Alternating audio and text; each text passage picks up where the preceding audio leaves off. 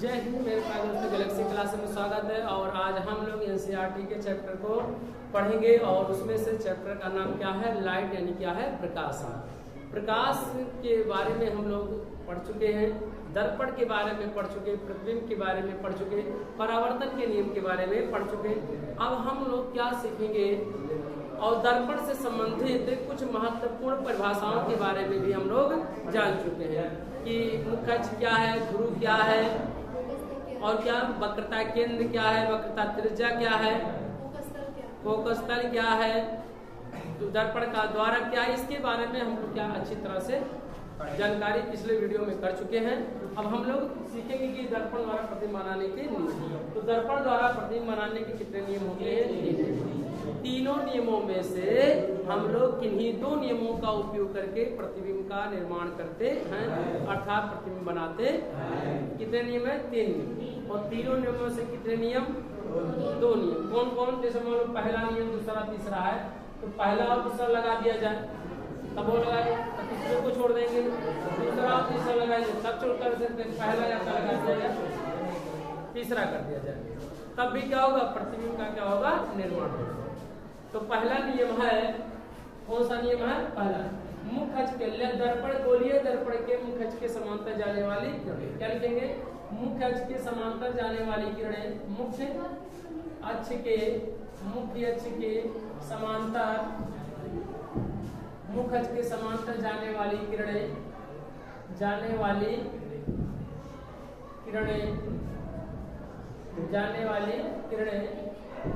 दर्पण से परावर्तन के पश्चात, दर्पण से परावर्तन के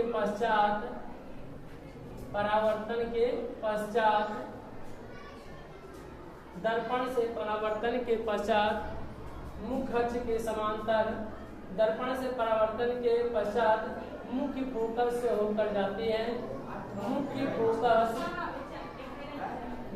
फोकस से होकर जाती है, अथवा होकर जाती है।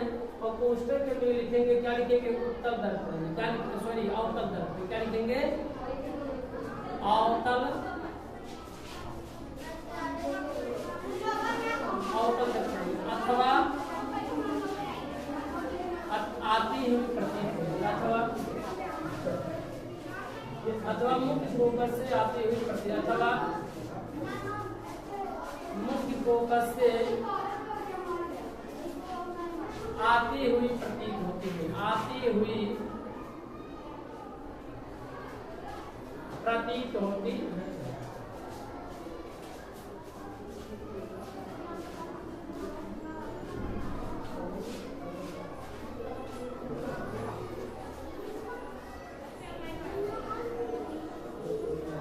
आती हुई क्या होती है? प्रतीत होती है। ये पहला नियम।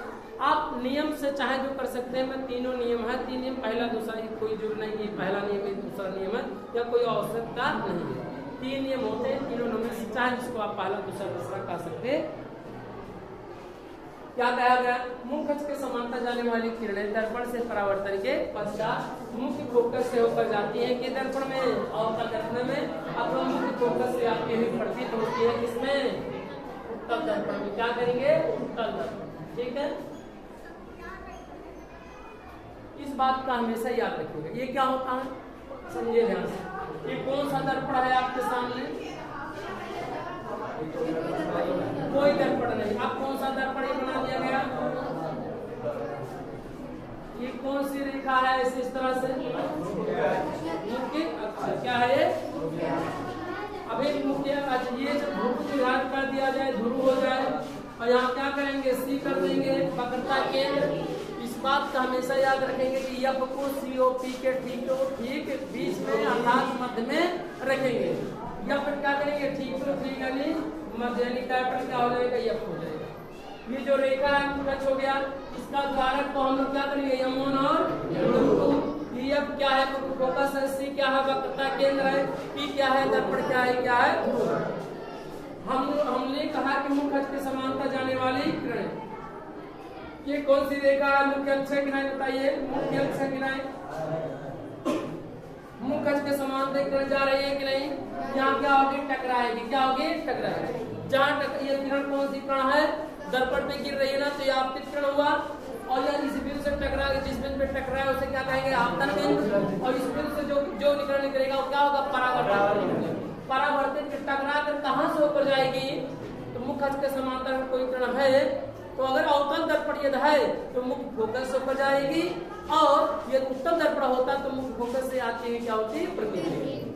कहने का मतलब है कि परावर्तित होगा यहाँ से तो कहाँ से होकर जाएगा? फोकस से ही होकर जाएगा। बात समझी नहीं? तीर का निशान ये व्यक्त कर रहा है कि मुख अक्ष के समांतर जा रहा है, कहाँ से होकर जाएगा? फोकस से। मान लिया जाए किरण नीचे से डाला जाता, मान लिया जाए यहाँ से, तो कहाँ से होकर जाएगा? यहाँ से मान लीजिए कोई किरण हो जाए तो यहाँ से टकराएगा तो कहाँ से होकर जाएगा? फोकस से ही होकर जाएगा। तो कहाँ जाएगा? ऊपर की ओर चला। कहाँ चला जाएगा? ऊपर की ओर चला। समझ में आ रहा है कि नहीं? जहाँ से चाहे ऊपर से भेजा जाए चाहे, यानी मुख अक्ष के अगर समांतर है तो समांतर माने क्या? ये दो रेखाओं को अनंत तक बढ़ाया जाए, ये दो रेखाओं को अनंत तक बढ़ाया जाए और एक दूसरे को कभी काटे ना, तो ऐसी रेखाओं को क्या कहते हैं? समांतर। समझे कि नहीं? तो यार समांतर ये रेखा हो गया, ये किरण, ये मुख्य अक्ष हो गया, दोनों आपस में क्या है? समांतर है। और नीचे से भी किरण जाएगा, टकरा कहाँ से होकर जाएगा? फोकस से होकर। तो हम लोग केवल इसके लिए चाहे ऊपर से जाए और चाहे तो केवल इसीलिए हम क्या करें? एक ओर से रहे, इसकी ज्यादा समझ में आया। बात समझे कि नहीं? आप नीचे से भी ले जा सकते, इसमें गलती नहीं होगा। अगर मैं ये कौन सा दर्पण है? अवतल दर्पण। चलिए उत्तल दर्पण डालिए, लिखिए देखिए ध्यान से। ये कौन सा दर्पण है?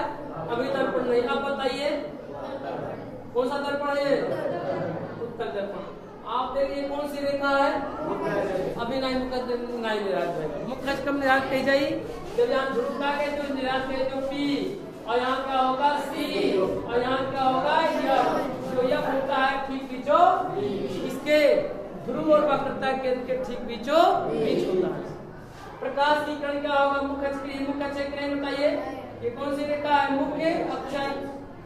मुख्य अक्ष के अगर समांतर है कोई किरण तो ये कहाँ से होकर जाएगा? बताओ ऐसे। ये टकरा रहा है ना, मुख्य अक्ष के समांतर है ना, तो यहाँ पर टकराएगा तो कहाँ से होकर? यह प्रकाश की किरणों को क्या करेगा? ये फैला देगा। ऐसे क्या हो जाएगा? फैल जाएगा। बाहर की ओर क्या हो जाएगा? मुड़ जाएगा। ऐसे इसका मतलब क्या हुआ? हमने कहा तो उत्तल दर्पण में आते ही प्रतीत होता है। आपको दिखाई पड़ रहा होगा कि ये अब से होकर ही प्रकाश की गति अब से होकर नहीं जा सकती। क्यों नहीं जा सकती? क्योंकि इधर पेंट लगा है, पेंट आर पार नहीं हो सकता है। तो प्रकाश की किरण आर पार नहीं हो सकता है, इसलिए जो व्यक्ति यहाँ बैठा होगा उसे प्रतीत होगा कि मुख अक्ष से कहीं भी से होकर आ रहे। कहाँ से आती हुई? फोकस से आती हुई क्या होगी? प्रतीत होगा। तो मुख अक्ष कौन सा नियम? पहला, मुख अक्ष के समांतर जाने वाली किरणें दर्पण से परावर्तन के पश्चात मुख्य फोकस से होकर जाती हैं, अवतल दर्पण में गति को होकर जा रही है, और इसमें आती हुई प्रतीत हो। मुख अक्ष से आती हुई प्रतीत। देखिए जाए कि नहीं? क्योंकि आती हुई क्या होगा? केवल प्रतीत होगा, लेकिन फोकस से भी नहीं आएगा। क्यों? क्योंकि यहाँ पे हम देख सकते हैं क्या है? एक पृष्ठ पे प्रकाश का क्या है? अगर देख जाए परावर्तन हो रहा है तो क्या है? अपवर्तक है। इधर लाल अक्षर का क्या है? पेंट लगा है, इसलिए इधर परावर्तन नहीं हो सकता, प्रकाश की किरण आर पार नहीं हो सकती है। इसलिए हमें क्या होगी? आती हुई क्या होगा? प्रतीत। कहाँ से आती हुई प्रतीत होगा? मुख्य फोकस से आती हुई क्या होगा? प्रतीत होगा। और अवतल दर्पण में आती हुई क्या होगा? प्रतीत होगा। ठीक है। उत्तल दर्पण में वो मुख्य फोकस से आती हुई प्रतीत होगा, अवतल दर्पण में मुख्य फोकस से होकर जाती हुई। ठीक है। ये कौन सा नियम है? पहला नियम। अब हम लोग सीखेंगे दूसरा। गोलीय दर्पण की वक्रता केंद्र से होकर जाने वाली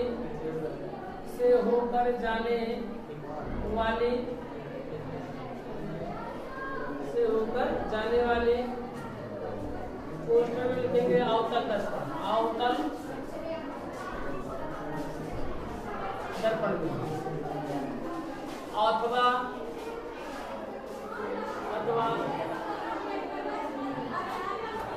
यहाँ से वक्रता से वक्रता केंद्र से होकर क्या लिखेंगे? नहीं, अगर वक्रता केंद्र लीजिए तो गलत हो जाएगा।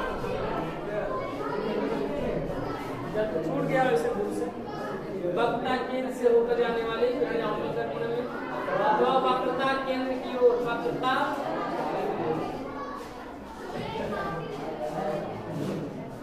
और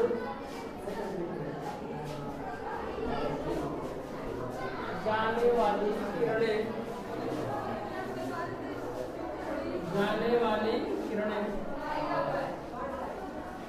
उसमें लिखिए कहां से उत्तल दर्पण क्या लिखेंगे उत्तल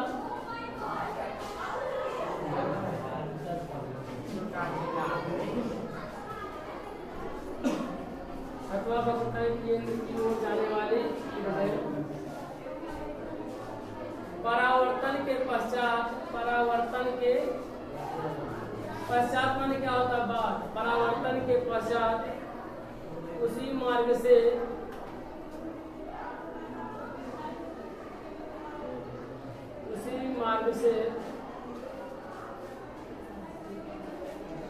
वापस लौट जाती है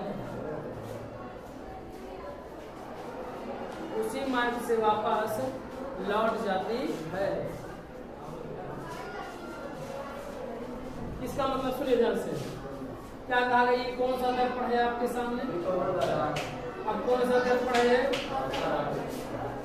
अभी कौन सी रेखा है? कौन सी कोई रेखा है? अब बताइए ध्रुव ये हो गया वक्रता केंद्र हमने क्या कर दिया वक्रता केंद्र क्या हो गया सी तो यह क्या होगा ठीक नीचो।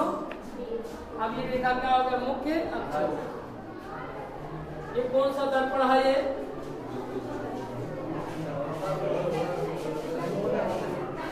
कोई दर्पण है आप बताइए दर्पण हुआ कि नहीं बताइए क्या ध्रुव है कि नहीं।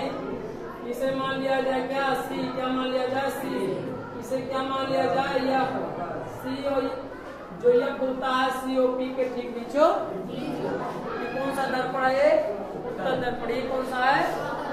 तो कहा गया वक्रता केंद्र से होकर जाने वाली किरणें। क्या कहा गया है? वक्रता केंद्र से होकर जाने वाली किरणें दर्पण से परावर्तन के पश्चात उसी मार्ग से वापस इसमें दो शब्द जोड़े गए हैं। लिखा है वक्रता केंद्र से होकर जाने वाली किरणें अथवा वक्रता केंद्र की ओर जाने वाली किरणें। लिखा गया कि नहीं? वक्रता केंद्र से होकर जाने वाली किरणें अथवा वक्रता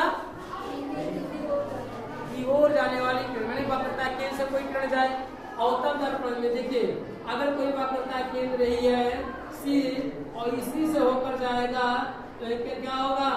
यहाँ से प्रकाश की किरण कहाँ से होकर जा रही है? वक्रता केंद्र से होकर जाएगी। यहाँ क्या होगा? टकराएगा और टकराकर उसी मार्ग से वापस क्या हो जाएगा? लौट जाएगा। इसमें क्या कहा गया और आगे कहा गया वक्रता केंद्र से होकर जाने वाली किरण है अथवा वक्रता केंद्र की ओर जाने वाली है। इसमें वक्रता केंद्र जरा कि नहीं प्रकाश की किरण वक्रता केंद्र से होकर जा सकती है? नहीं जा सकती। ऐसा क्यों? क्योंकि इधर क्या है? पेंट लगा है। क्या है? तो हम लोग क्या मान लिया जाए कि प्रकाश की किरण ऐसे होकर मान लिया जाए कि कहाँ पे जा रही है? प्रकाशी केंद्र की ओर जा रही है। किधर जा रही है? प्रकाशी के केंद्र की ओर जा रही है। अगर ऐसे डैश डैश कर दिया जाए आप देख सकते हैं कि किधर जा रही है? वक्रता केंद्र की ओर जा रही है। वक्रता केंद्र से होकर जाने वाली किरणें अथवा वक्रता केंद्र की ओर जाने वाली किरणें। तो अवतल दर्पण में वक्रता केंद्र से होकर जाती हैं और इसमें वक्रता केंद्र की ओर जाती है। बात समझे कि नहीं? तो क्या होगा? दर्पण से क्या होगा? यहीं पे परावर्तन होगा और उसी मार्ग से वापस क्या हो जाएगा? लौट जाएगा। इधर नहीं जाएगा। क्यों? क्योंकि इधर क्या है? पेंट लगा है और पेंट के आर पार नहीं हो जा सकता है। अगर चला जाए तब वो अपवर्तन हो जाएगा। क्या हो जाएगा? आर पार अगर हो जाएगा। ठीक है। इसमें टकराएगा क्या होगा? उसी मार्ग से वापस क्या हो जाएगा? लौट जाएगा। तो यानी वक्रता केंद्र से होकर जाने वाली किरणें अथवा वक्रता केंद्र की ओर जाने वाली किरणें दर्पण से परावर्तन के पश्चात क्या होंगी? उसी मार्ग से वापस क्या हो जाएंगी? लौट जाती। बात समझ में आया कि नहीं? ये कौन सा नियम रहा? ये दूसरा नियम रहा। कौन सा? दूसरा नियम रहा। नोट करिए, बनाइए। चलिए तीसरा नियम कौन सा है? दर्पण के मुख्य फोकस से होकर जाने वाली दर्पण से मुख्य फोकस से दर्पण के मुख्य फोकस से होकर जाने वाली किरणें होकर जाने वाली किरणें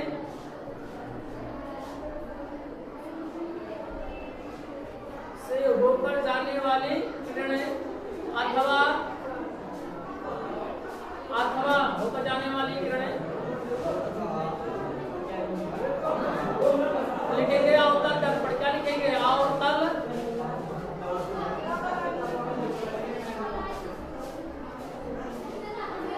से होकर जाने वाली किरणें अवतल दर्पण में अवतल दर्पण अथवा मुख्य फोकस की ओर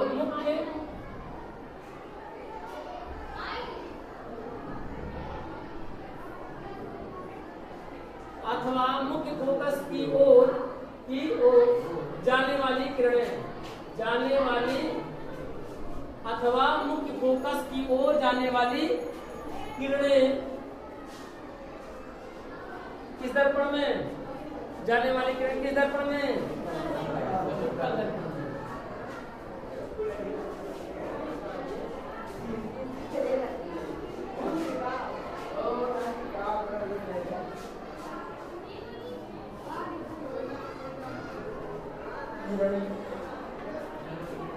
दर्पण से परावर्तन के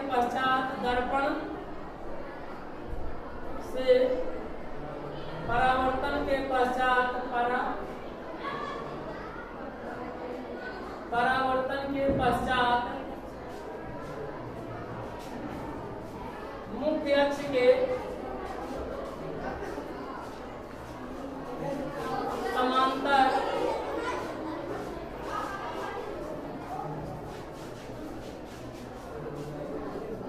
हो जाती है।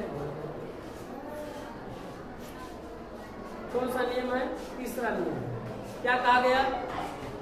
दर्पण के मुख्य फोकस से होकर जाने वाली किरणें अथवा मुख्य फोकस की ओर जाने वाली किरणें दर्पण से परावर्तन के पश्चात मुख्य अक्ष के समांतर हो जाती। सुनिए ध्यान से इस बात को। क्या कहा गया? देखिए, अभी इसके पहले वाले मतलब नियम में कहा गया कि वक्रता केंद्र से होकर जाने वाली किरणें अथवा वक्रता केंद्र की ओर जाने वाली किरणें। दोनों दर्पणों में वक्रता केंद्र से होकर नहीं जा सकते। ऐसे मुख्य फोकस भी है कि दोनों दर्पणों से उत्तल दर्पण और अवतल दर्पण में मुख्य फोकस से नहीं जा सकता है। या तो ये मुख्य फोकस से होकर जाएगा तो दूसरा दर्पण में जो होगा तो उत्तल दर्पण अवतल दर्पण में तो मुख्य फोकस से होकर जाती है, लेकिन उत्तल दर्पण में मुख्य फोकस से होकर मुख्य फोकस की ओर जाती है। क्या होती है? मुख्य फोकस की ओर जाती है। या कैसे याद रखिए? आपके सामने ऐसे दर्पण बना रही है। कौन सा दर्पण है? अवतल दर्पण है। कौन सा दर्पण है? अवतल दर्पण। इधर क्या है? अपवर्तक पृष्ठ। इधर क्या है? परावर्तक पृष्ठ।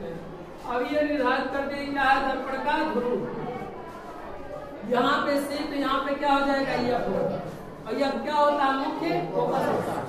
ये कौन सा दर्पण है? ये अवतल दर्पण। अगर हम यही नियम किस पे लगाएं? उत्तल दर्पण पे।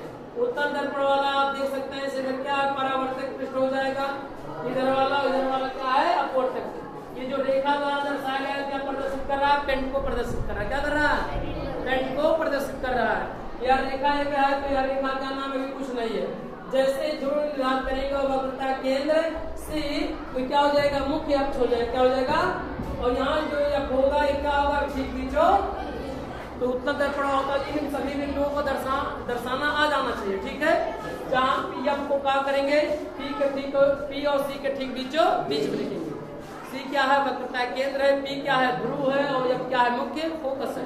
और जो रेखा इस रेखा का क्या नाम है? मुख्य फोकस। क्या नाम है? मुख्य फोकस। क्या नाम है? मुख्य फोकस नाम है। मुख्य अक्ष नाम है। क्या है? मुख्य अक्ष नाम है। नियम लगाइए, याद देखिए। अच्छा, क्यों नहीं उत्तल दर्पण में क्यों नहीं वक्रता केंद्र से होकर जा रही है? क्यों नहीं? यहाँ अगर वक्रता केंद्र है तो प्रकाश की किरणों को इधर से डालना होगा और जब इधर से डालेंगे तो स्पीड से प्रकाश का परावर्तन ही नहीं होगा। इसलिए जो जिधर परावर्तन होगा उधर से ही तो प्रकाश की किरणें डाली जाएंगी। यही कारण है कि अपवर्तक पृष्ठ से प्रकाश की किरणें नहीं डाली जाती हैं और अपवर्तक पृष्ठ के ही ओर उत्तल दर्पण में क्या होता है, मुख्य फोकस और क्या होता है, वक्रता केंद्र होता है। समझ में आया कि नहीं? इसलिए इधर से मुख्य फोकस से होकर या मुख्य फोकस या वक्रता केंद्र से होकर नहीं जा सकते। क्यों? क्योंकि यही कारण है कि क्योंकि इससे क्या होगा, परावर्तन ही नहीं होगा। मुख्य फोकस यही है ना, हमने कहा मुख्य फोकस से होकर जाने वाली किरणें, मुख्य फोकस यही जाए तो कोई भी किरण से होकर जाएगा, इसे